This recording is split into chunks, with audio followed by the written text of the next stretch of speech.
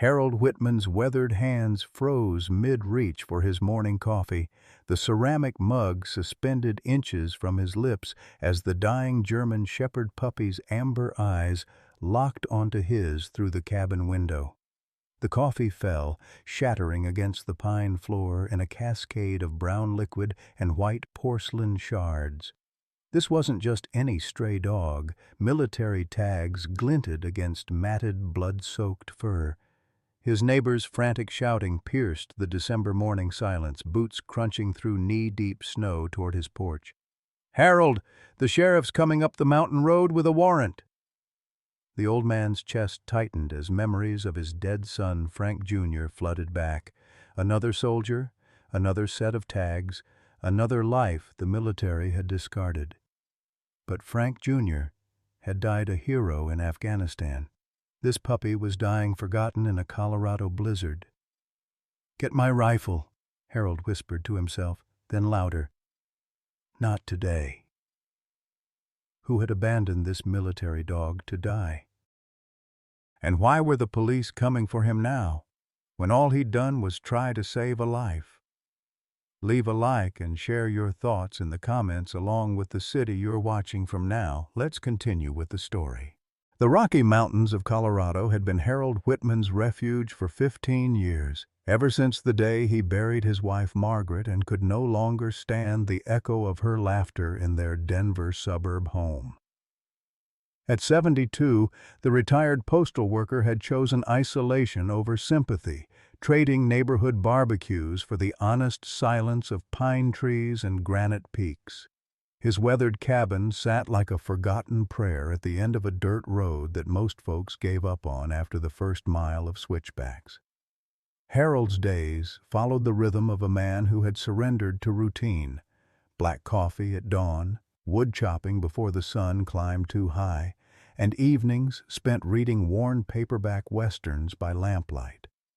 His hands, scarred from decades of sorting mail and splitting kindling, showed their age in the tremor that came with his morning pills, a cocktail of heart medication that kept him upright but reminded him daily of his mortality.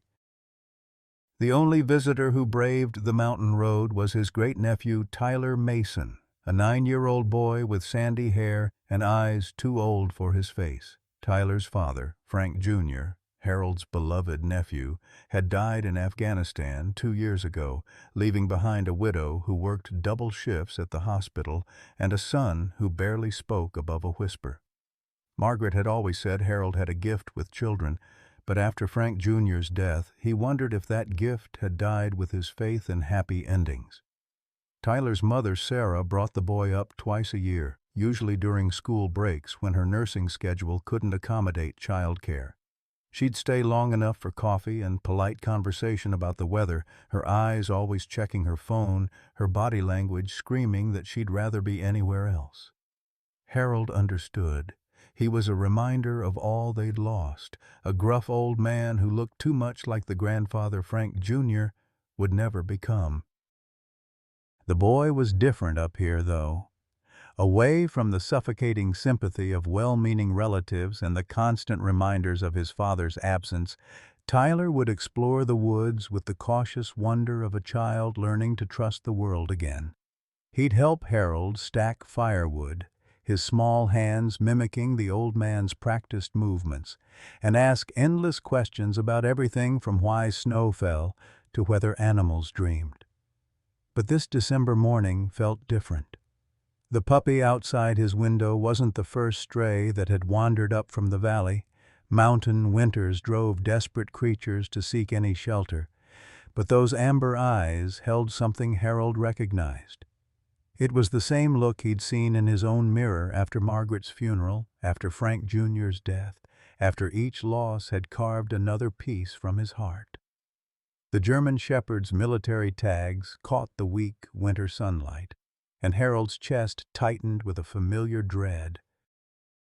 The Army had a way of discarding what it no longer needed, and he'd learned that lesson twice. Once when they'd sent him home from Vietnam with shrapnel in his leg and nightmares in his sleep, and again when they'd handed Sarah a folded flag instead of her husband. Now the sheriff was coming, and Harold had a choice to make. Harold stepped into the biting December wind, his arthritic joints protesting as he knelt beside the dying puppy. The German Shepherd couldn't have been more than 8 months old, but life had already carved deep wounds into its small frame.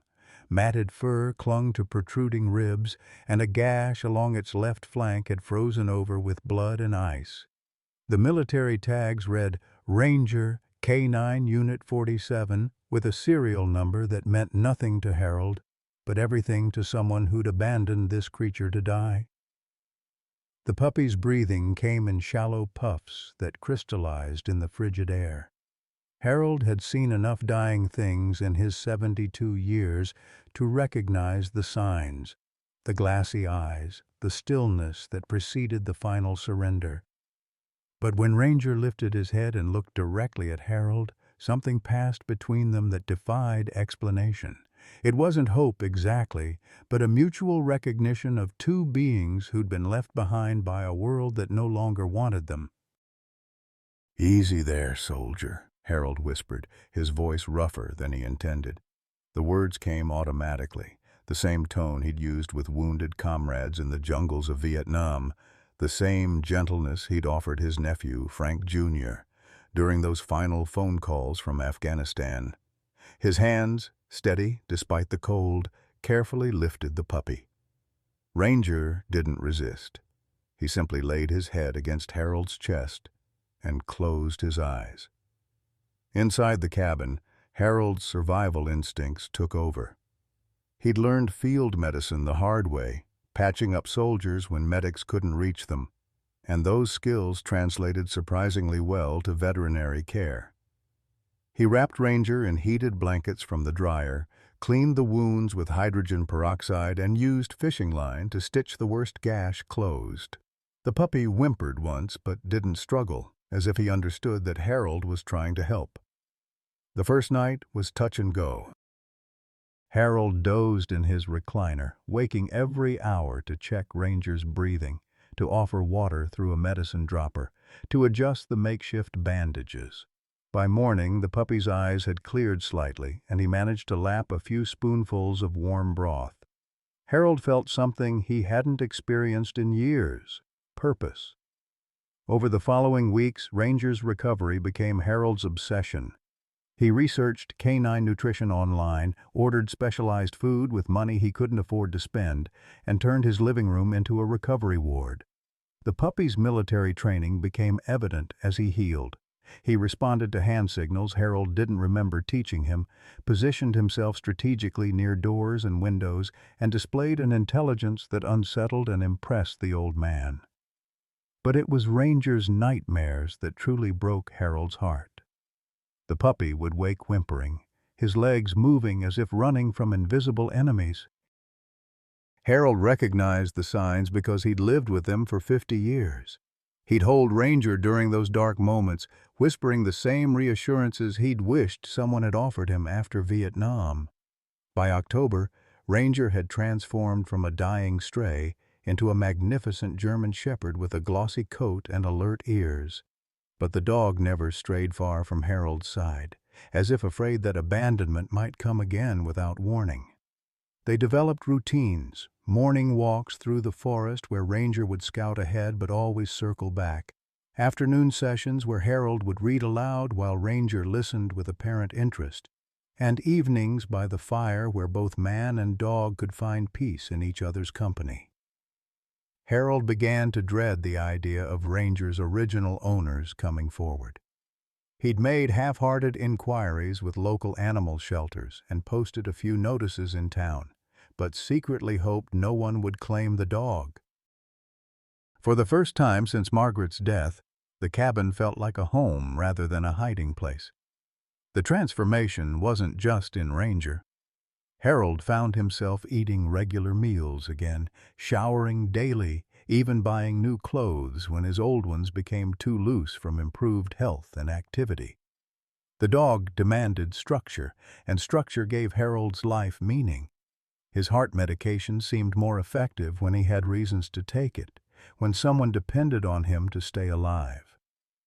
When October brought news that Tyler would be visiting for an extended stay, His mother needed time to sort through his father's effects and couldn't face doing it with her son watching. Harold felt nervous excitement. He'd always been awkward with children, never knowing how to bridge the gap between his gruff exterior and the gentleness Margaret had insisted lived underneath. But Tyler was family, and Harold was determined to do better than he had when Frank Jr. was growing up. Tyler arrived on a crisp autumn afternoon, his small face pressed against the car window as his mother Sarah navigated the mountain road. When he stepped out of the vehicle, Ranger immediately positioned himself between the boy and any potential threat, but his tail wagged slowly, a sign of cautious approval that Harold had learned to read. "Is that your dog?" Tyler asked, his voice barely above a whisper. "His name's Ranger," Harold replied, kneeling to the boy's level. "He's been waiting to meet you." Tyler approached slowly, extending his hand for Ranger to sniff. The dog's tail wagged faster, and when Tyler gently scratched behind Ranger's ears, the boy smiled for the first time since arriving. It was a small smile, tentative and fragile, but it lit up his entire face. Sarah watched the interaction with mixed emotions. "Tyler's been having nightmares again," she confided to Harold, while her son explored the cabin with Ranger at his side. "The grief counselor says he's not processing his father's death properly. Maybe some time away from all the reminders will help." Harold nodded, understanding more than she realized. Sometimes healing required distance from the places where wounds were made. Sometimes it required the patient love of someone who understood suffering without needing explanations. As Sarah's car disappeared down the mountain road, Harold stood on his porch with Tyler and Ranger beside him. The October air carried the promise of early snow, and Harold realized he was no longer afraid of the approaching winter. For the first time in years, he had a family to keep warm. The first 3 weeks of Tyler's stay passed like a gentle thaw after a harsh winter. Harold watched his great-nephew transform from a hollow-eyed boy who flinched at sudden sounds into someone who laughed when Ranger performed his makeshift tricks and asked endless questions about everything from why pine trees stayed green to how long it took mountains to grow. The boy had his father's curiosity and his grandmother Margaret's stubborn streak, traits that both warmed and worried Harold's heart. Ranger seemed to understand Tyler's fragility without any instruction. The dog would position himself close enough to provide comfort, but never so close as to overwhelm. When Tyler woke from nightmares, which happened most nights during the first week, Ranger would simply rest his chin on the edge of the boy's bed, a silent sentinel offering protection against invisible demons. Harold would find them like that in the mornings, boy and dog creating their own small fortress against grief. It was during the 4th week, on a crisp November morning while they collected firewood, that Tyler finally spoke about his father. "Dad said dogs could smell fear," he mentioned casually, watching Ranger investigate a rotting log. "He said the army dogs in Afghanistan were braver than most soldiers." Harold's hands stilled on the axe handle. Frank Jr. had never talked much about his deployment, but Harold remembered their last phone conversation, how his nephew's voice had carried a weight that hadn't been there before. "Your dad was brave," Harold said carefully. "Braver than he probably knew." "Mom cries when she thinks I'm not looking," Tyler continued, his small fingers tracing patterns in the bark. "She says Dad died protecting people, but I don't understand why he had to die at all. Why couldn't he just come home?" Before Harold could answer, before he could find words adequate for a question that had no good answer, the sound of an approaching vehicle cut through the morning stillness. Harold's stomach clenched as a black SUV with government plates navigated the final switchback to his cabin. He'd seen enough official vehicles in his lifetime to recognize trouble when it came calling. The man who emerged from the SUV wore the bearing of career military even in civilian clothes, tall, silver-haired, with the kind of posture that spoke of decades giving orders and expecting immediate compliance. Harold estimated him to be in his late 50s, old enough to have seen combat, but young enough to still believe in the righteousness of following orders. "Mr. Whitman?" The man's voice carried the crisp authority of someone accustomed to deference. "I'm Colonel Marcus Webb, United States Army. I believe you have something that belongs to me." Ranger, who had been playfully chasing Tyler around the woodpile moments before, froze at the sound of Webb's voice. The dog's ears flattened against his head, and a low growl rumbled from his chest, the first sign of aggression Harold had ever witnessed from him. "Easy, boy," Harold murmured, but kept his eyes on Webb. "I'm not sure what you think I have, Colonel." Webb's gaze fixed on Ranger with an intensity that made Harold's skin crawl. "That's a military working dog, serial number K47891. He was reported missing from Fort Carson 3 months ago after a training incident. I'm here to bring him home." Tyler stepped closer to Harold, his small hand finding the old man's weathered fingers. "But Ranger lives here now," the boy said with the simple logic of childhood. "Harold saved him." Webb's expression softened marginally when he looked at Tyler, but hardened again when his eyes returned to the dog. "Son, that animal is government property. He's been trained for specific purposes, and his absence represents a significant investment of taxpayer money. I'm sure Mr. Whitman understands the importance of returning stolen property to its rightful owners." The word "stolen" hit Harold like a physical blow. "I found him dying in a snowbank. No collar, no identification except those tags. If he belonged somewhere, why was he abandoned to freeze to death?" "Military animals sometimes go AWOL during training," Webb replied smoothly. "It doesn't mean they've been abandoned. It means they need to be retrieved and properly disciplined." Harold noticed how Webb said disciplined rather than retrained, and the distinction sent ice water through his veins. He'd heard that tone before, from officers who valued equipment over lives, who saw soldiers and apparently dogs as expendable resources. "Tyler, why don't you take Ranger inside and start lunch?" Harold suggested, his voice steady despite the turmoil in his chest. "Colonel Webb and I need to discuss some things." Tyler looked between the two men, his 9-year-old instincts clearly sensing the tension.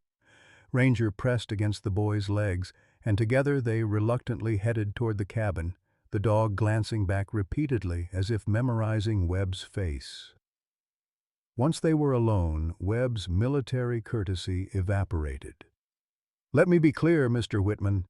That dog comes with me today, voluntarily or otherwise. I have authorization to use whatever means necessary to recover military property." "Property," Harold repeated, the word tasting bitter. "Is that what you called the boys you sent to Afghanistan? Property?" Webb's jaw tightened. "I don't think you understand the situation you're in. Interfering with military operations, harboring government property, potentially endangering that child by keeping an unstable animal, any one of those charges could land you in federal prison." Harold studied the colonel's face, noting the slight tremor in his hands, the way his eyes never quite met Harold's directly. There was something personal driving this beyond simple military procedure. "What happened to him, Colonel? What kind of training incident leaves a puppy half dead in the wilderness?" "That's classified information," Webb snapped, but Harold caught the flash of something, guilt perhaps, or shame, before the military mask slipped back into place. "I've got coffee inside," Harold said after a long moment. "Why don't you come in, meet Tyler properly, see how the dog interacts with him. Then we can discuss what's best for everyone involved." Webb hesitated, clearly having expected either immediate compliance or a fight. The offer of hospitality seemed to catch him off guard. "I don't have time for social visits, Mr. Whitman. This is a military operation." "Funny," Harold said, turning toward the cabin. "Most military operations I remember were about protecting people, not terrorizing little boys and threatening old men. Must be a new kind of warfare they're teaching these days." The barb hit home. Webb's face flushed, and for a moment Harold thought the colonel might actually leave. Instead, Webb straightened his shoulders and followed Harold toward the cabin, his footsteps heavy on the wooden porch. Inside, Tyler sat on the floor with Ranger, both of them watching the adults with wary eyes. The dog's hackles remained raised in Webb's presence, and Tyler's arm draped protectively around Ranger's neck. "That boy's attached to the animal," Webb observed, his voice softer than before. "The boy lost his father in Afghanistan 2 years ago," Harold replied quietly. "Ranger's the first thing that's helped him sleep through the night since the funeral?" Something flickered across Webb's features, recognition perhaps, or painful memory. But when he spoke, his voice remained coldly professional. "Emotional attachments don't change legal realities, Mr. Whitman. I'll give you until tomorrow morning to prepare the child, but that dog comes with me one way or another." That evening, after Webb had left with his ultimatum hanging in the air like smoke from a dying fire, Harold sat in his kitchen making phone calls he'd hoped never to make again. The business card for his old Army buddy Jim Kowalski had yellowed with age, but the number still worked. Jim had spent 30 years in military intelligence before retiring to a fishing cabin in Montana, and if anyone could help Harold understand what he was really dealing with, it would be him. "Harold Whitman," Jim's gravelly voice came through the phone after the third ring. "I'll be damned. Thought you were dead, you old coot." "Not yet, though somebody might be trying to change that," Harold replied, keeping his voice low. Tyler was in the living room with Ranger, reading aloud from one of Margaret's old children's books, but Harold didn't want to risk being overheard. "Jim, I need you to run a name for me." "Colonel Marcus Webb, currently stationed at Fort Carson." The line went quiet for a long moment. "Jesus, Harold, what kind of trouble are you in? The kind that involves a dead soldier, a traumatized kid, and a military dog that somebody wants back real bad." Harold explained the situation in broad strokes, leaving out nothing except his growing suspicion that Webb's interest in Ranger went beyond simple property recovery.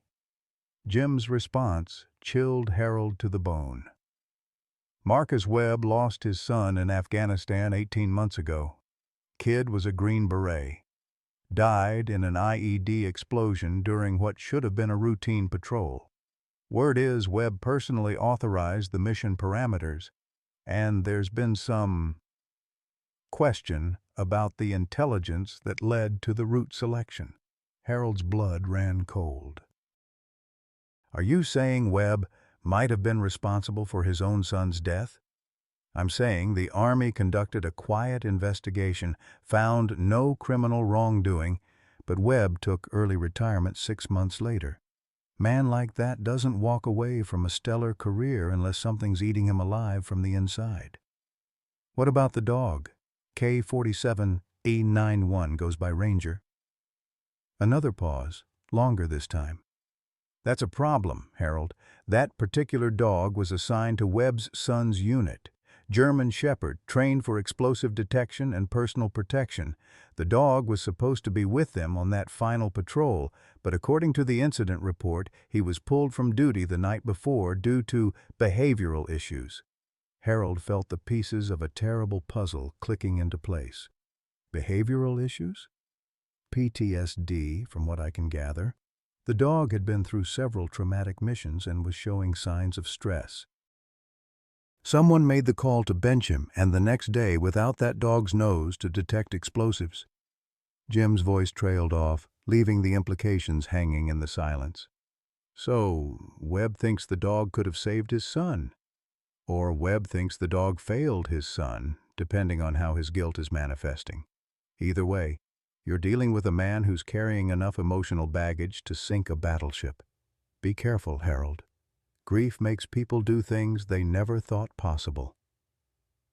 After hanging up, Harold sat in his kitchen staring at his hands.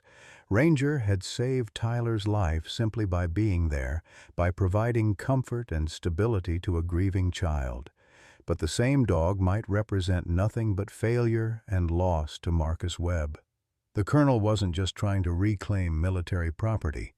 He was trying to settle a debt with ghosts. Harold's contemplation was interrupted by Tyler's appearance in the kitchen doorway, Ranger at his side as always. The boy's eyes were red-rimmed, and Harold realized he'd been crying quietly while Harold made his phone calls. "Are they really going to take Ranger away?" Tyler asked, his voice small and broken. Harold opened his arms and Tyler ran to him, burying his face against Harold's shoulder. The old man held his great-nephew while Ranger pressed against both of them as if trying to provide comfort to his human pack. "I don't know, buddy, but I promise you this. I'm not going to let anyone hurt him. Or you." "It's not fair," Tyler whispered. "Dad died protecting people, and now they want to take away the one thing that makes me feel safe. Why do all the good things have to go away?" The question hit Harold like a physical blow, because it was the same question he'd been asking himself for 15 years. Why had Margaret died while he lived? Why had Frank Jr. been killed while lesser men came home whole? Why did the world seem designed to take away everything worth loving? But looking down at Tyler's tear-stained face, Harold realized something had changed in him over the past few months. The bitter acceptance that had sustained him through years of isolation was gone, replaced by something fiercer and more dangerous. Hope. Hope that this boy could heal, that this dog could find peace, that maybe some good things were worth fighting for. The next morning brought news that changed everything. Harold was splitting kindling while Tyler and Ranger played in the yard when his neighbor Pete Hendricks came trudging through the snow, his face grim with purpose. "Harold, you need to know what's going on down in town," Pete said without preamble. "That Army colonel's been asking questions about you. Real, pointed questions about your military service, your mental health, whether you're fit to be caring for a child." Harold's axe bit deep into the chopping block. "What kind of questions?" "The kind that suggest he's building a case." "He's got people believing you're some kind of hermit who might be dangerous. Hell, he even suggested you might have stolen that dog for some kind of twisted revenge against the military." The accusation was so absurd it might have been laughable if not for the very real threat it represented. Harold had learned long ago that perception often mattered more than truth, especially when dealing with people in positions of authority. "There's more," Pete continued, his voice dropping to a whisper as he glanced toward Tyler. "He's been in contact with Child Protective Services. Says he's concerned about a minor being left in the care of an unstable veteran with an unpredictable animal." Harold felt the world tilt beneath his feet. Losing Ranger would devastate Tyler, but losing Tyler would destroy them both. The boy had been making real progress, healing from the trauma of his father's death, learning to trust and hope again. Being ripped away from the first stability he'd known since the funeral would undo all of that and more. That afternoon, while Tyler napped and Ranger kept watch from the foot of the bed, Harold made another phone call, this one to Tyler's mother, Sarah. The conversation that followed was one of the most difficult of Harold's life. "They can't just take him," Sarah said after Harold explained the situation. "Tyler's my son, and I decide where he stays." "It's not that simple," Harold replied gently.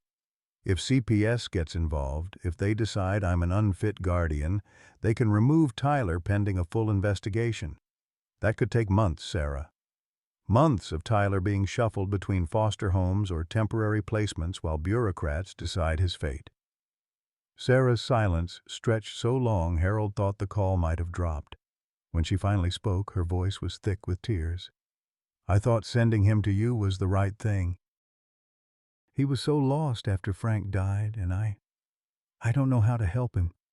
I work 16-hour days just to keep our heads above water, and when I come home, I'm too exhausted to be the mother he needs. You're a good mother, Sarah, but Tyler needs time to heal, and he needs people who understand what loss feels like. I can give him that. Ranger can give him that. What if we fight this? What if we refuse to let them take either Tyler or the dog?" Harold had considered that option, but the reality was stark. Then we become fugitives. Webb has the full weight of the military behind him, and he's already positioning this as a matter of national security and child welfare. We can't win a straight fight against those kinds of resources. Another long silence. Then Sarah's voice, stronger now. What do you need from me? Documentation that Tyler is here with your full consent and knowledge. Medical records showing his improvement since he's been with me. Anything that proves this arrangement is in his best interests. Done. I'll drive up tomorrow with everything we need. Harold, thank you for all of this. Frank always said you were the strongest man he knew, and I'm starting to understand why. After the call, Harold sat on his porch watching Tyler and Ranger play in the snow. The boys' laughter echoed off the mountains, pure and joyful in a way that would have been impossible 3 months ago. Ranger bounded through the drifts with puppyish enthusiasm, occasionally stopping to check that his humans were still nearby and safe. They looked like a family, Harold realized. Not the family any of them had planned for, but the family they'd chosen to become. Tyler had found a grandfather figure in Harold, a protector in Ranger. Harold had found purpose in caring for both boy and dog, and Ranger had found healing in being needed, in having people who loved him despite his scars and nightmares. But families, Harold knew from painful experience, could be torn apart by forces beyond their control. Wars took fathers, disease took wives, and sometimes bureaucrats with good intentions and bad information took children from the only homes where they felt safe. That evening, as snow began to fall again and the temperature dropped toward 0, Harold sat Tyler down for a conversation he'd hoped never to have. Tyler, I need to tell you something important, and I need you to be brave when you hear it, Harold began, choosing his words carefully. Colonel Webb isn't just here for Ranger. He's also raising questions about whether it's safe for you to stay here with me. Tyler's face went pale. But I want to stay here. This is where I belong now. I know, buddy, and I want you to stay too. But sometimes adults make decisions based on fear instead of love, and we might need to be separated for a while until we can prove that being together is what's best for all of us. What about Ranger? Will he be safe? Harold's heart broke at the question. Even facing the possibility of being taken from the only home he'd known since his father's death, Tyler's first concern was for the dog who'd helped heal his wounded soul. I'm going to do everything I can to protect both of you, Harold promised. But I need you to understand that if something happens, if they try to take you away from here, it doesn't mean you did anything wrong, and it doesn't mean I'm giving up on you. Sometimes we have to lose a battle to win a war. Tyler considered this with the gravity of a child who'd been forced to grow up too fast. Dad used to say that courage isn't about not being scared. It's about doing the right thing even when you are scared. Your dad was a wise man. Will you do the right thing even if it's scary? Harold looked into Tyler's eyes. Frank Jr.'s eyes, Margaret's eyes, the eyes of everyone he'd ever loved and lost, and made a promise he wasn't sure he could keep. Yes, Tyler, I'll do the right thing, no matter what it costs. Outside, the wind howled through the pines, and somewhere in the distance, Harold thought he heard the sound of engines approaching through the storm. Whether it was Webb returning with reinforcements or just his imagination fueled by anxiety, he couldn't tell. But he knew their time was running out. Ranger lifted his head from where he'd been dozing by the fire, ears alert, body tense. The dog had heard something too, something that spoke to instincts honed by months of military training and sharpened by recent trauma. Harold reached for his rifle, not because he intended to use it, but because holding it made him feel less helpless against forces beyond his control. Tomorrow would bring whatever it brought, but tonight at least his family was still whole. The storm outside intensified, and Harold found himself hoping that the snow would be deep enough to block the mountain road, to buy them a few more precious hours of peace. But he knew that hope, like everything else he'd learned to value, was fragile and temporary. The real battle was just beginning. December 15th arrived with the kind of blizzard that old-timers called a widowmaker, the sort of storm that buried mountain roads under 6 feet of snow and turned familiar landscapes into deadly mazes. Harold woke before dawn to the sound of wind howling like banshees around the cabin's eaves, and when he peered through the frost-covered window, he could barely make out the outline of his woodshed 20 feet away. The weather should have brought relief. Surely even Webb wouldn't attempt to navigate the mountain roads in conditions like this. But Harold's 60 years of Colorado winters had taught him that nature's fury was often just the opening act for human drama.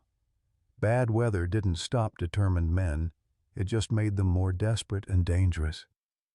Tyler bounced out of bed with the infectious energy that only 9-year-olds possessed, pressing his face against the living room window to marvel at the white wilderness outside. "Look, Harold." The whole world disappeared.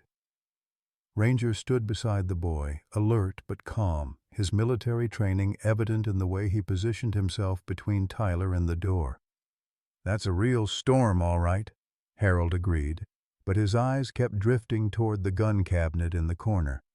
Not because he planned to shoot anyone, he'd seen enough violence for several lifetimes, but because the weight of the rifle in his hands had always helped him think more clearly when the world pressed in from all sides. Sarah had arrived the previous evening with a box full of documentation. Tyler's school records showing improved behavior since coming to the mountains, medical reports from his pediatrician noting decreased anxiety, even a letter from Tyler's grief counselor recommending continued placement in a stable, nurturing environment. All evidence that the boy was thriving under Harold's care, but Harold doubted Webb would let facts interfere with whatever personal demons were driving his crusade. The morning passed peacefully enough. Harold taught Tyler how to maintain the fire while Ranger supervised, the dog's intelligent eyes tracking every movement as if memorizing the routine for future reference.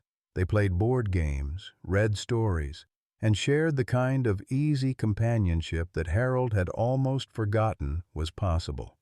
For a few precious hours, it felt like they might weather this storm, both literal and metaphorical, as a family. But at 2:47 p.m., according to the old railroad clock on Harold's mantel, everything changed. Tyler had been building an elaborate fort out of couch cushions and blankets, with Ranger serving as both architect and security guard, when the dog suddenly froze. His ears pricked forward, his body went rigid, and a low growl rumbled from deep in his chest. The same warning signal Harold had learned to recognize over the past months. "What is it, boy?" Harold asked, but even as the words left his mouth, he heard what Ranger's superior senses had detected first, the distant growl of a heavy engine fighting through deep snow. Harold's blood chilled as he recognized the sound.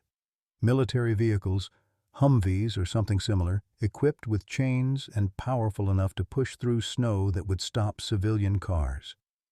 Webb hadn't been deterred by the weather. He'd simply brought bigger guns to the fight. "Tyler, I need you to listen very carefully," Harold said, keeping his voice steady despite the adrenaline surge that made his hands shake. "Take Ranger and go to the back bedroom. Get under the bed and stay there no matter what you hear. Don't come out until I call for you specifically, understand?" Tyler's face had gone pale, but he nodded with the solemn gravity of a child who'd already learned that the world could turn dangerous without warning. "Are the bad men coming?" "Maybe.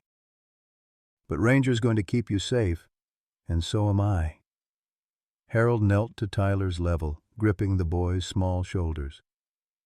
"Your dad was brave, Tyler. He taught you how to be brave, too. Can you show me that bravery now?" Tyler squared his thin shoulders and nodded. "Come on, Ranger," he whispered, and the dog immediately followed him toward the back of the cabin, though Ranger kept looking back at Harold with eyes that seemed to understand far more than any animal should. Harold checked his rifle, still unloaded as it had been for 15 years, ever since the night he'd almost used it to join Margaret in whatever came after this life. But Webb didn't need to know that. Sometimes the appearance of being dangerous was more effective than actual danger. The engines grew louder, closer, and through the storm, Harold could make out the distinctive yellow glow of military-grade headlights cutting through the blizzard. 3 vehicles, maybe 4, which meant Webb had brought backup. Either he expected serious resistance, or he was taking no chances with what he clearly saw as a retrieval operation. Harold stepped onto his porch as the convoy pulled into his yard, their massive tires churning snow and mud. The lead vehicle was indeed a military Humvee, followed by what looked like a county sheriff's SUV and an unmarked van that Harold suspected belonged to Child Protective Services. Webb was covering all his bases: military authority, local law enforcement, and child welfare, a holy trinity of bureaucratic power that could crush one old man's resistance without breaking a sweat. Webb emerged from the Humvee wearing full combat gear that seemed absurdly overdramatic for the situation. Behind him came 2 younger men in matching tactical vests, plus Sheriff Martinez from town and a severe-looking woman in a business suit who had social worker written all over her disapproving expression. "Mr. Whitman," Webb called out, his voice amplified by the wind and snow. "This doesn't need to be difficult. We're here for the dog and the child, both of whom will be better cared for in appropriate facilities." Harold stepped further onto the porch, the rifle held casually in his hands, not aimed at anyone, but visible enough to make his position clear. "Tyler's mother gave written consent for him to stay here. You have no legal authority to remove him." The social worker stepped forward, consulting a tablet she somehow managed to operate despite the cold. "Mr. Whitman, I'm Janet Morrison from Colorado Child Protective Services. We've received credible reports that you may be suffering from post-traumatic stress disorder and that you're keeping a potentially dangerous animal in proximity to a minor child. For Tyler's safety, we need to conduct an immediate welfare check." "The only danger to that boy is standing in my front yard," Harold replied, his voice carrying across the snow. "Tyler's thriving here. He's eating well, sleeping through the night for the first time since his father died, and learning skills that'll serve him his whole life. But you people don't care about that, do you? You care about following orders and checking boxes." Webb's face darkened. "That animal is military property, illegally obtained and unlawfully held. Return him immediately or face federal charges for theft of government resources." "Property," Harold repeated, tasting the bitterness of the word. "Same way you thought of your son, Colonel, just another piece of equipment to be deployed and discarded when it broke?" The effect on Webb was immediate and devastating. The Colonel's composed military bearing cracked, revealing something raw and desperate underneath. "You don't know anything about my son," he snarled. "David died because that dog failed to do his job. Failed to protect the men who depended on him. Or maybe," Harold said quietly, "your son died because somebody made a bad decision about which road to take. Maybe the dog wasn't the one who failed." Webb's hand moved toward his sidearm, and Harold felt the familiar tightness in his chest that meant his heart was struggling to keep up with the stress. But before either man could escalate the confrontation further, a new sound cut through the storm, high-pitched and terrified and heartbreakingly familiar. "Harold! Harold! Help!" Tyler's voice coming from somewhere outside the cabin, somewhere it shouldn't be. Harold's blood froze as he realized what had happened. The boy had tried to sneak out the back while the adults were focused on their standoff. In the blizzard, with visibility near zero, Tyler had become lost in his own backyard. "Tyler!" Harold shouted, but the wind swallowed his voice. He could hear the boy calling, but the sound seemed to come from everywhere at once, echoing off the trees and snow-covered rocks in ways that made direction impossible to determine. Without hesitation, Harold leaped from the porch and plunged into the storm. Behind him, he heard Webb shouting orders, but nothing mattered now except finding Tyler before the cold claimed another life Harold couldn't bear to lose. The blizzard was a living thing, a white fury that stole breath and sight and reason. Harold had been in these mountains for 15 years, knew every tree and rock and game trail, but within 50 yards of his cabin, he was as lost as any city stranger. The snow was knee-deep and growing deeper, the wind strong enough to knock a grown man off his feet, and the temperature dropping toward levels that would kill an inadequately dressed child within an hour. "Tyler!" Harold called again, his voice already growing hoarse. "Stay where you are." "Keep calling so I can find you." The boy's response came from what sounded like a different direction entirely, fainter now, muffled by snow and distance and growing desperation. Harold's heart hammered against his ribs as he stumbled through drifts that sometimes rose to his waist, following sounds that might have been Tyler's voice or might have been the wind playing cruel tricks. Behind him, other voices joined the search, Webb's tactical team spreading out with professional efficiency, their headlamps cutting through the storm like golden swords. Whatever their disagreements about dogs and custody and the ghosts of dead sons, they were all united now in the desperate need to find one small boy before the mountain claimed him. But it was Ranger who found Tyler first. Harold heard the dog before he saw him, a deep, resonant bark that cut through the wind with an authority that spoke of bloodlines bred for rescue work. Following the sound, Harold crashed through a stand of young pines and found them in a small clearing where an old mine shaft had left a depression in the earth. Tyler sat at the bottom of the shallow pit, maybe 8 feet down, his clothes soaked with snow and his lips already showing the blue tinge of hypothermia. Above him, Ranger paced the edge of the depression, barking steadily to guide rescuers while obviously calculating whether he could jump down to provide warmth to the shivering child. "It's okay, buddy," Harold called down to Tyler, his voice shaking with relief and fear in equal measure. "We're going to get you out of there." But even as he spoke, Harold felt the familiar crushing weight in his chest that meant his damaged heart was failing under the stress. 60 years of coffee and cigarettes and accumulated worry were finally extracting their price, and his body was choosing the worst possible moment to remind him of his mortality. Harold's vision blurred as he knelt at the edge of the pit, his breath coming in short, painful gasps. This was how it would end, he realized. Not with the peaceful death he'd often imagined, but with Tyler dying of cold just out of reach while Harold's failing heart rendered him helpless to save the boy he'd grown to love like a son. But Ranger had other plans. The German shepherd looked at Harold's collapsed form, looked down at Tyler's increasingly still figure, and made a decision that would have made his military trainers proud.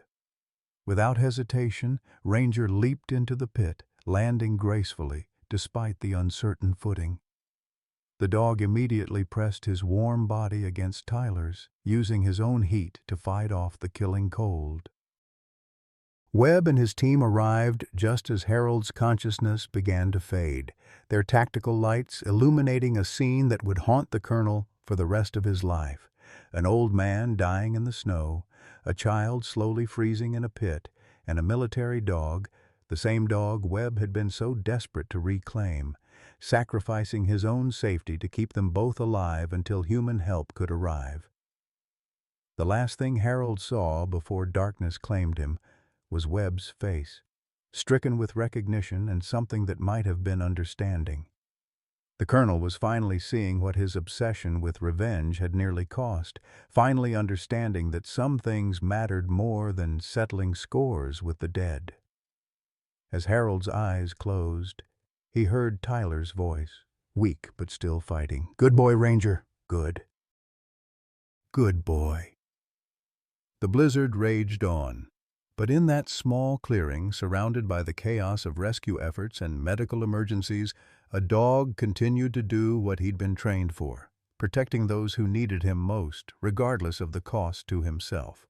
The steady beep of hospital monitors became the soundtrack to Harold's return to consciousness, each electronic pulse marking another heartbeat he hadn't expected to have. The fluorescent lights above his bed hummed with institutional indifference, and the smell of antiseptic couldn't quite mask the underlying odor of human suffering that permeated every corner of Denver General's cardiac unit. Harold's first coherent thought was of Tyler, followed immediately by a crushing weight of failure that hurt worse than the surgical incisions crisscrossing his chest. The boy had been lost in the storm because Harold had failed to protect him. The old man's eyes burned with unshed tears as he remembered Tyler's voice calling for help, growing fainter with each desperate cry until the blizzard swallowed it completely. "You're awake." The voice belonged to Sarah, Tyler's mother, who sat in the uncomfortable plastic chair beside his bed, looking like she hadn't slept in days. Her nurse's scrubs were wrinkled, her usually perfect hair pulled back in a messy ponytail, and her eyes were red-rimmed with exhaustion and something that looked like grief.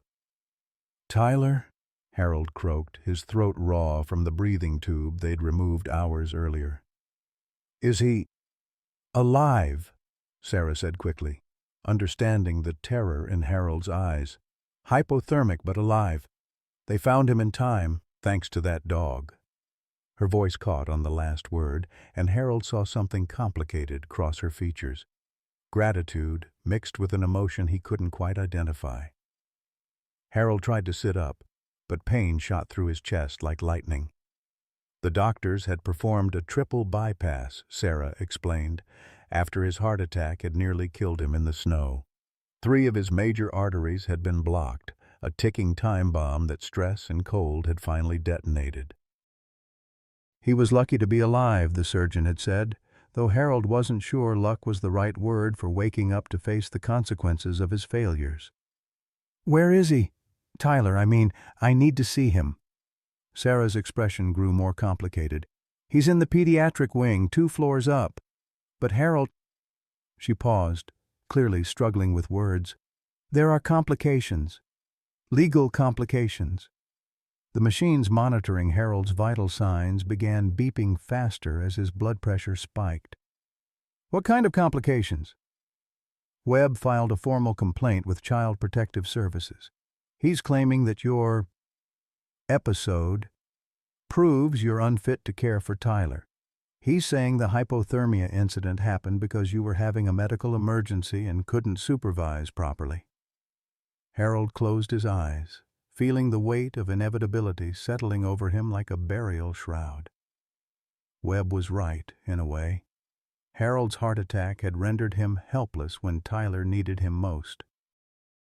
If not for Ranger's intervention, the boy would have died while Harold lay unconscious in the snow. "He's also claiming the dog is dangerous," Sarah continued, her voice growing harder. "Says Ranger attacked one of his men during the rescue." "That's a lie," Harold said fiercely, then winced as the outburst sent fresh pain through his chest. "Ranger saved Tyler's life. He jumped into that pit to keep the boy warm." "I know. Tyler told me everything." Sarah leaned forward, her voice dropping to a whisper. "But Webb has witnesses saying the dog was aggressive, that it had to be tranquilized to allow the rescue. Harold, they've already taken Ranger to the military facility at Fort Carson. Webb signed the transfer orders yesterday." The news hit Harold like another heart attack. Ranger, who had overcome his own trauma to become a source of healing for both Harold and Tyler, was now back in the hands of the system that had abandoned him once before. Worse, he was in the custody of a man whose grief had curdled into something dark and vengeful. "Tyler doesn't know yet," Sarah added. "He keeps asking when Ranger can visit him. I don't have the heart to tell him the truth." Harold struggled to process the magnitude of what they'd lost. Tyler would blame himself for Ranger's fate, would carry the guilt of causing the crisis that led to their separation. The progress the boy had made, the confidence, the healing, the growing sense of security would be shattered by the knowledge that his moment of poor judgment had doomed the dog who'd saved his life. Sarah, you have to fight this. Get a lawyer, contact the media, do whatever it takes to get that dog back. Sarah's laugh was bitter and exhausted. With what money, Harold? I'm a single mother working double shifts just to pay rent. Webb is a decorated colonel with military lawyers and government connections. What chance do you think I have against that kind of power? The question hung in the air like smoke from a dying fire. Harold had seen enough of the world to know that justice and fairness were luxuries that ordinary people couldn't always afford. Webb had the resources to make his version of events stick, regardless of what actually happened in that snow-covered clearing. There's more, Sarah said, her voice barely audible now. CPS wants to place Tyler in foster care while they investigate. They're saying I'm an unfit mother for leaving him with someone with undisclosed medical conditions. Harold felt something break inside his chest that had nothing to do with his recent surgery. Tyler, who had finally found a place where he felt safe and loved, would be thrust into the bureaucratic machinery of the foster care system. He'd be bounced between strangers' homes, his belongings packed in garbage bags, his healing heart reopened by fresh abandonment. How long? Harold asked. 6 months minimum for the investigation, maybe longer if Webb keeps pushing his narrative that Tyler was endangered by exposure to an unstable veteran and a dangerous animal. 6 months in the foster system would destroy Tyler as surely as leaving him in that pit would have killed him. Harold had seen too many children who'd been chewed up by well-meaning social workers and burned out foster families. The lucky ones emerged damaged but functional. The unlucky ones never recovered from the betrayal of being abandoned by the adults who claimed to protect them. Harold's reflection was interrupted by commotion in the hallway. Raised voices, rapid footsteps, the kind of disturbance that usually meant either very good news or very bad news. Through his partially open door, Harold could see uniformed personnel moving with purpose, their expressions grim. A knock on his doorframe announced the arrival of Sheriff Martinez, still wearing the heavy coat and snow boots that marked him as fresh from the mountain. His weathered face carried the kind of exhaustion that came from working a crisis without sleep, but his eyes held something else. Confusion, maybe even doubt. "Mr. Whitman, ma'am," he nodded to Sarah. "I'm sorry to bother you during recovery, but I needed to ask some follow-up questions about what happened up there." Harold studied the sheriff's face, looking for clues about what kind of questions these might be. Martinez was a good man, fair-minded and honest, but he was also a political creature who understood which way the wind blew. If Webb had gotten to him first, this conversation might be the final nail in Harold's coffin. "What kind of questions?" Sarah asked, moving protectively closer to Harold's bed. Martinez consulted a small notebook, his weathered hands moving awkwardly with the unfamiliar weight of formal investigation. "Well, there seems to be some discrepancy in the witness statements about what exactly happened during the rescue operation." Harold's heart rate monitor began beeping faster again. "What kind of discrepancy?" "Colonel Webb's report states that the dog became aggressive when his team attempted to assist with the rescue, that it had to be subdued with tranquilizers to ensure everyone's safety." Martinez paused, studying Harold's face carefully. "But the EMT who treated you at the scene told a different story. Said the dog never showed any aggression, that it actually helped guide rescuers to your location and then stayed calm while they worked on both you and the boy." Sarah straightened in her chair. "What are you saying, Sheriff?" "I'm saying there might be more to this situation than Colonel Webb initially reported." The EMT was pretty adamant about what he saw, and EMTs don't usually lie about animal behavior. It's too important for their safety. Harold felt a flutter of something that might have been hope, but he was afraid to trust it. What does this mean for Tyler? For the dog? Martinez closed his notebook and tucked it back into his coat pocket.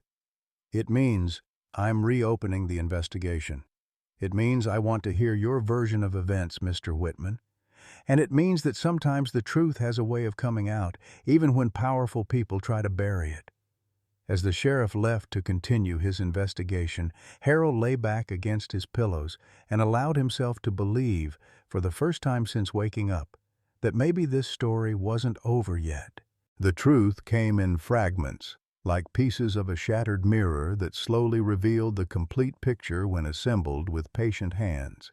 It began 3 days after Sheriff Martinez reopened his investigation, when EMT Patricia Gonzalez walked into Harold's hospital room with a manila folder under her arm and determination written across her weathered face. "Mr. Whitman, I've been doing this job for 22 years, she said without preamble, settling into the visitor's chair that Sarah had vacated moments earlier. "I've seen dog attacks, and what happened up there wasn't one of them. That German Shepherd saved lives, and I'm not going to let some colonel rewrite history to serve his own agenda." Patricia opened her folder and spread photographs across Harold's bedside table, images she'd taken with her personal camera during the rescue operation. In the harsh glare of emergency floodlights, the pictures told a story that contradicted Webb's official report in every meaningful detail. There was Ranger, clearly visible in the background of one shot, sitting calmly beside the pit where Tyler was trapped, his body language showing alert attention rather than aggression. Another image showed the dog allowing EMTs to work around him without interference, his focus entirely on the boy in the hole below. Most damning of all was a photograph showing Ranger voluntarily approaching Webb's tactical team, his tail in a neutral position that no experienced handler could mistake for hostile intent. "Colonel Webb claims my team had to tranquilize the dog to ensure safety," Patricia continued, her voice tight with professional indignation. "But I was there when they shot him with that dart gun, Mr. Whitman. That dog wasn't aggressive. He was trying to stay close to the boy. Webb ordered the tranquilizer because he wanted the animal unconscious for transport, not because anyone was in danger." Harold studied the photographs with growing anger and hope in equal measure. "Why are you showing me this? Why not take it directly to the sheriff?" "Because Sheriff Martinez suggested I talk to you first. He thinks there's more to this story than what happened in the snow. And he's right." Patricia leaned forward, her dark eyes intense. "Mr. Whitman, I looked up that dog's service record. Ranger wasn't just any military working dog. He was specifically trained as a personal protection animal for high-value targets. His last assignment was protecting a Green Beret unit in Afghanistan. And according to the records I could access, he was pulled from duty just days before that unit was killed in an IED explosion. The implications hit Harold like a physical blow. Webb's son was in that unit. His son was the unit commander. And according to my contact at Fort Carson, the decision to bench Ranger came directly from Colonel Webb himself. Something about the dog showing signs of stress that might compromise the mission. Harold closed his eyes, finally understanding the full scope of Webb's torment. The colonel hadn't just lost his son. He'd made the decision that removed the one safeguard that might have saved David's life. Webb's pursuit of Ranger wasn't about military property or child safety. It was about confronting the living symbol of his own catastrophic judgment. "There's more," Patricia said quietly. "I spoke with Dr. Jennifer Walsh, the veterinary psychiatrist who evaluated Ranger before he was benched. She's willing to testify that the dog's stress indicators were well within normal parameters for a combat animal, and that Webb's decision to remove him from duty was unprecedented." The word hung in the air with the weight of professional condemnation. In military circles, unprecedented was often a polite way of saying completely unjustified, and Harold could imagine how that evaluation would play in a formal hearing. Patricia gathered her photographs and stood to leave, but paused at the door. "Mr. Whitman, I've got 3 kids of my own, and if someone tried to separate them from a dog that saved their life, I'd move heaven and earth to stop it. You've got people willing to fight for you. Don't give up on that boy or that dog." After she left, Harold lay in his hospital bed staring at the ceiling tiles and processing what he'd learned. Webb wasn't just a grieving father seeking closure. He was a man consumed by guilt over a decision that had cost his son's life. Ranger represented both Webb's failure and his chance for some twisted form of redemption, a living reminder of the moment when love had overruled military judgment with fatal consequences. The revelation explained Webb's obsession, but didn't diminish its danger. Guilt-driven men were often the most dangerous opponents because they fought not for victory but for absolution, and they were willing to destroy innocent lives if it meant silencing their inner demons. Harold's contemplation was interrupted by an unexpected visitor, Jim Kowalski, his old Army buddy, who entered the room with the kind of grim expression that usually preceded bad news. "Harold, we need to talk," Jim said, closing the door behind him and checking to ensure they wouldn't be overheard. "I've been digging deeper into Webb's background, and what I found, it's worse than we thought." Jim pulled up a chair and leaned in close, his voice dropping to a whisper. "David Webb didn't just die in that IED explosion. He died because his father's intelligence analysis was flawed. Webb was the one who designated that road as low risk based on outdated satellite imagery. When David's unit requested a different route, Webb overruled them from his command post, citing operational requirements that we now know were bullshit." Harold felt sick. So he sent his own son to die. Effectively, yes. The Army's investigation cleared Webb of criminal wrongdoing, but the psychological evaluation recommended immediate removal from active duty. He was given the choice between early retirement and psychiatric treatment that would have ended his career anyway. Why wasn't this information made public? Jim's expression darkened further. Because David Webb was posthumously awarded the Congressional Medal of Honor for his actions during the attack. The Army decided that revealing his father's role in the disaster would tarnish David's legacy and damage military morale, so they buried the truth under classified seals and let Marcus Webb walk away with his reputation intact. The enormity of the cover-up was staggering. The military had protected a colonel whose incompetence had killed his own son, all to preserve the mythology around a dead hero. Webb had been living with that secret for 18 months, watching the world praise his son's sacrifice while knowing he was responsible for making that sacrifice necessary. "Jim, I need you to get this information to Sheriff Martinez. If Webb is operating from a position of guilt and cover-up, it changes everything about his credibility." "Already done. Martinez is meeting with the Army's Criminal Investigation Division tomorrow." "But Harold?" Jim paused, his weathered face showing deep concern. "Men like Webb, carrying that kind of guilt, they don't usually go quietly when cornered. He's lost everything that mattered to him, and now he's facing exposure of the truth he's been running from. That makes him unpredictable." As if summoned by their conversation, Webb himself appeared in Harold's doorway, though this version of the colonel bore little resemblance to the composed military officer who'd first arrived at the mountain cabin. His uniform was rumpled, his silver hair unkempt, and his eyes held the wild gleam of a man teetering on the edge of complete breakdown. "Mr. Whitman," Webb said, his voice hoarse with exhaustion, "I think it's time we had an honest conversation." Jim started to rise, clearly ready to intervene if necessary, but Harold held up a restraining hand. Whatever Webb had come to say, Harold needed to hear it. Not just for Tyler and Ranger's sake, but for the colonel's as well. Sometimes the only way to stop a man from destroying everything around him was to let him confess the truth that was killing him from the inside. "Close the door, Colonel," Harold said quietly. "And tell me about your son."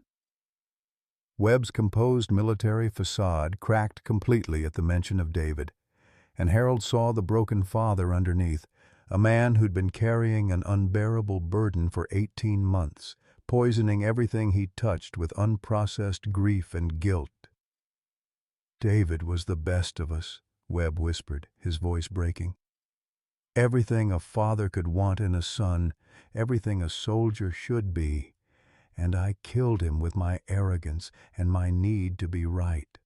The confession hung in the air like smoke from a funeral pyre, and Harold understood that whatever came next would determine not just the fate of Tyler and Ranger, but the soul of a man who'd been running from the truth for far too long.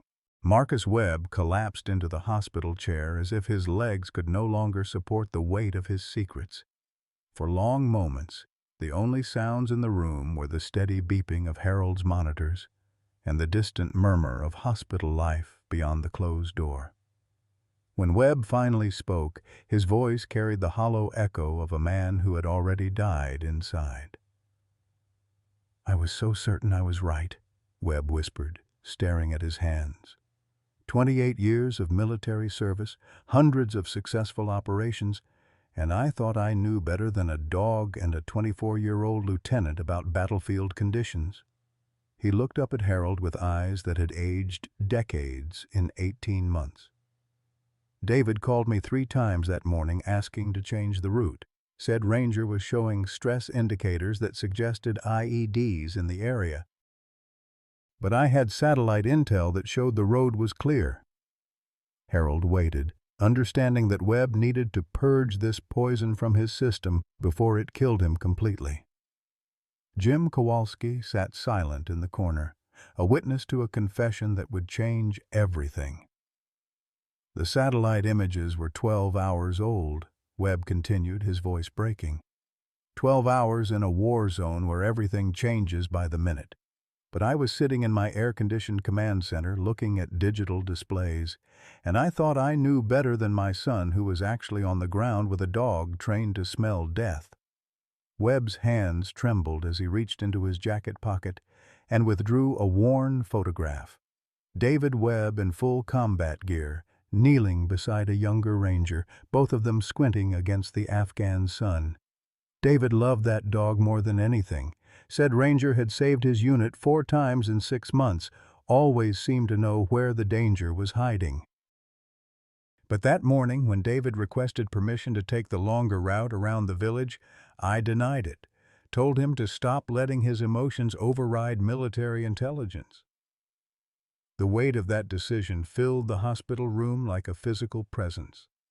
Harold could imagine the conversation, a father pulling rank on his son, using military authority to override paternal instinct, sending his own child to die because pride wouldn't let him admit that a dog might know something he didn't. "The IED was buried exactly where Ranger had indicated stress," Webb said, his voice barely audible now. "If I had listened to David, if I had trusted the dog's instincts instead of my own arrogance, my son would still be alive. 7 other good men would still be alive." Harold closed his eyes, finally understanding the full scope of Webb's breakdown. The colonel wasn't just grieving. He was drowning in guilt so profound it had warped his entire perception of reality. Ranger represented not just the dog who might have saved David, but the living proof of Webb's catastrophic failure as both a father and a commanding officer. "When they brought Ranger back stateside, I couldn't stand to look at him," Webb continued. "Every time I saw those intelligent eyes, I remembered David's voice on the radio, asking for permission to trust his instincts, permission I denied because I thought I knew better." "So you arranged for him to be abandoned," Harold said quietly. Webb nodded, tears streaming down his weathered cheeks. "I told them he was too traumatized for further service, that he needed to be quietly retired. But when the veterinary staff said they could rehabilitate him, I made sure he disappeared during transport. Told myself it was mercy, that he'd be better off free than carrying the burden of what he'd witnessed. But he ended up nearly dying in the snow, Jim interjected, his voice hard with disgust. I know, Webb whispered. And when I heard that someone had found him, had nursed him back to health, I thought maybe I could undo what I'd done. Get him back, give him proper care, somehow balance the scales for David's death. Harold studied Webb's face, seeing the truth beneath the self-deception. That's not why you wanted him back, Colonel. You wanted him back because you couldn't stand the idea of him being happy when your son was dead. You wanted him to suffer the way you're suffering. Webb flinched as if Harold had struck him, but he didn't deny the accusation. Maybe. I don't know anymore. All I know is that watching that dog save your boy's life, seeing him risk everything to keep Tyler warm, it was exactly what David would have done. And I realized I'd been trying to destroy the very thing that made my son proud to serve alongside him. The confession hung in the air between them, a moment of truth that had the power to either destroy or redeem. Webb looked up at Harold with desperate hope flickering in his haunted eyes. Can you forgive me? Can any of this be undone? The path to redemption began with a single phone call that Webb made from Harold's hospital room, his hands shaking as he dialed the number for Fort Carson's commanding officer, Jim Kowalski, and Harold listened in silence as the colonel formally requested an emergency review of his actions regarding K-47-891, specifically citing new evidence that contradicted his initial reports about the dog's behavior during the rescue operation. Sir, I need to amend my previous statements, Webb said into the phone, his voice steadier than Harold had expected. The animal showed no aggressive behavior during the incident. My decision to tranquilize him was inappropriate and based on personal considerations rather than operational necessity. The conversation that followed was brief and professional, but Harold could hear the surprise in the commanding officer's voice even through the phone's speaker. Military officers rarely contradicted their own reports, especially when those reports had already been filed and acted upon. Webb's admission would trigger an immediate investigation, one that would likely end his career and expose the deeper truths he'd been hiding. After hanging up, Webb sat in silence for several minutes, staring at the photograph of his son that he'd placed on Harold's bedside table. David always said that doing the right thing usually felt terrible until after you'd done it, he said finally. I'm starting to understand what he meant. Within hours, the machinery of military justice began grinding into motion. Sheriff Martinez arrived with representatives from the Army's Criminal Investigation Division, armed with Patricia Gonzalez's photographs and Dr. Walsh's veterinary records. Webb submitted to formal questioning without a lawyer present, answering every inquiry with the hollow honesty of a man who had nothing left to lose. The truth, when it emerged in full, was more damaging to Webb's reputation than Harold had imagined possible. Not only had he falsified reports about Ranger's behavior, but his role in his son's death became part of the official record when he volunteered information that investigators hadn't even requested. The colonel seemed determined to confess every failure, as if complete transparency might somehow resurrect the dead or undo years of deception. While Webb faced the consequences of his admissions, Harold focused on the more important task of reuniting his makeshift family. Tyler, who had been moved to a medical foster home pending the CPS investigation, was finally allowed to visit after Sarah's lawyers argued that separating him from Harold during the old man's recovery constituted additional trauma rather than protection. The boy entered Harold's hospital room with the careful movements of someone who'd learned not to trust that good things would last. He was thinner than Harold remembered, and his eyes held a wariness that hadn't been there before the blizzard. but when he saw Harold sitting up in bed, managing a genuine smile despite the IV lines and monitoring cables, Tyler's reserve cracked. "I thought you were dead," Tyler whispered, allowing Harold to pull him close despite the awkwardness of the hospital bed. "When they took me away, they wouldn't tell me anything. I thought you died in the snow and it was my fault." Harold's heart broke for the guilt this child had been carrying. "Listen to me, Tyler. Nothing that happened was your fault. You're a brave boy who made a mistake, and mistakes are how we learn to be better. The only fault here belongs to adults who forgot that protecting children means keeping families together, not tearing them apart." "What about Ranger? Mom won't tell me where he is." Harold exchanged a glance with Sarah, who nodded almost imperceptibly. They'd agreed that Tyler deserved the truth, even if it was painful. "Ranger's at Fort Carson, buddy. Colonel Webb took him back, but we're working on getting him home where he belongs." Tyler's face crumpled. "He saved my life and they took him away anyway. That's not fair." "You're right, it's not fair. But sometimes unfair things happen before fair things can take their place. The important thing is that we don't give up on the people, or dogs, we love." As if summoned by their conversation, Webb appeared in the doorway once again, but this time he wasn't alone. Behind him stood a young Army veterinarian in uniform, and beside her, on a standard military leash, was Ranger. The German shepherd's ears perked up the moment he saw Tyler, and his tail began wagging with an enthusiasm that made his whole body shake. Tyler looked at the adults in confusion, afraid to hope for what his eyes were telling him might be possible. Webb cleared his throat, his voice rough with emotion. "Tyler, I'd like you to meet Captain Rodriguez, Fort Carson's chief veterinarian. She has something to tell you about your dog."